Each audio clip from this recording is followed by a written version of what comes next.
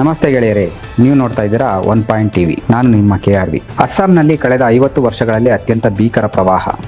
ಶಿವಸಾಗರ್ ಜಿಲ್ಲೆ ಸಂಪೂರ್ಣ ಜಲಾವೃತ. 6.5 ಲಕ್ಷ ಜನ ಸಂಕಷ್ಟದಲ್ಲಿ.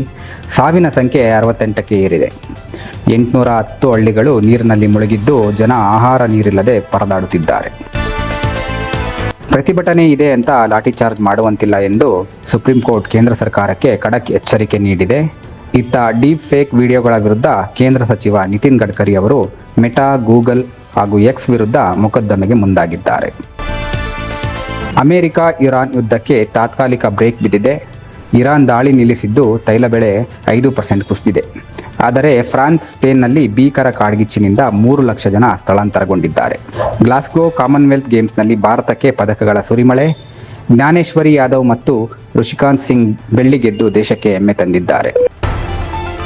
ಕುಮಾರ್ ಬಂಗಾರಪ್ಪ ಅವರ ಕಂಬ್ಯಾಕ್ ಸಿನಿಮಾ ಸರ್ಕಾರಿ ನ್ಯಾಯಬೆಲೆ ಅಂಗಡಿ ಈಗ ರಿಲೀಸ್ಗೆ ರೆಡಿ ಆಗಿದೆ. ಜುಲೈ 31, 2026ಕ್ಕೆ ಥಿಯೇಟರ್ಗೆ ಬರ್ತಾ ಇದೆ. ಈ ಸಿನಿಮಾದ ಒಂದು ಕಥೆ ಕೂಡ ಸರ್ಕಾರಿ ನ್ಯಾಯಬೆಲೆ ಅಂಗಡಿಗಳ ಕಾರ್ಯನಿರ್ವಹಣೆ ಮತ್ತು ಅದರಲ್ಲಿನ ಅಕ್ರಮಗಳ ಬಗ್ಗೆ ಒಂದು ಇಂಚಾಗಿ ಬಿಚ್ಚಿಟ್ಟಿದ್ದಾರೆ.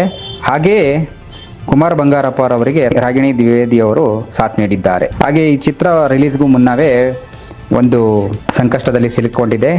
ಇದು ಏನಪ್ಪ ಅಂತ ಅಂದರೆ, ನ್ಯಾಯಬೆಲೆ ಅಂಗಡಿಗಳಲ್ಲಿಯೇ ಸಾರ್ವಜನಿಕರು ತಮ್ಮ ಒಂದು ಪಡಿತರ ತರಲು ಹೋದಾಗಲೇ ಟಿಕೆಟನ್ನು ಸೇಲ್ ಮಾಡ್ತಾ ಇದ್ದಾರೆ 150 ರೂಪಾಯಿಗೆ ಅಂತ ಒಂದು ಆರೋಪ ಕೂಡ ಕೇಳಿ ಬಂದಿದೆ.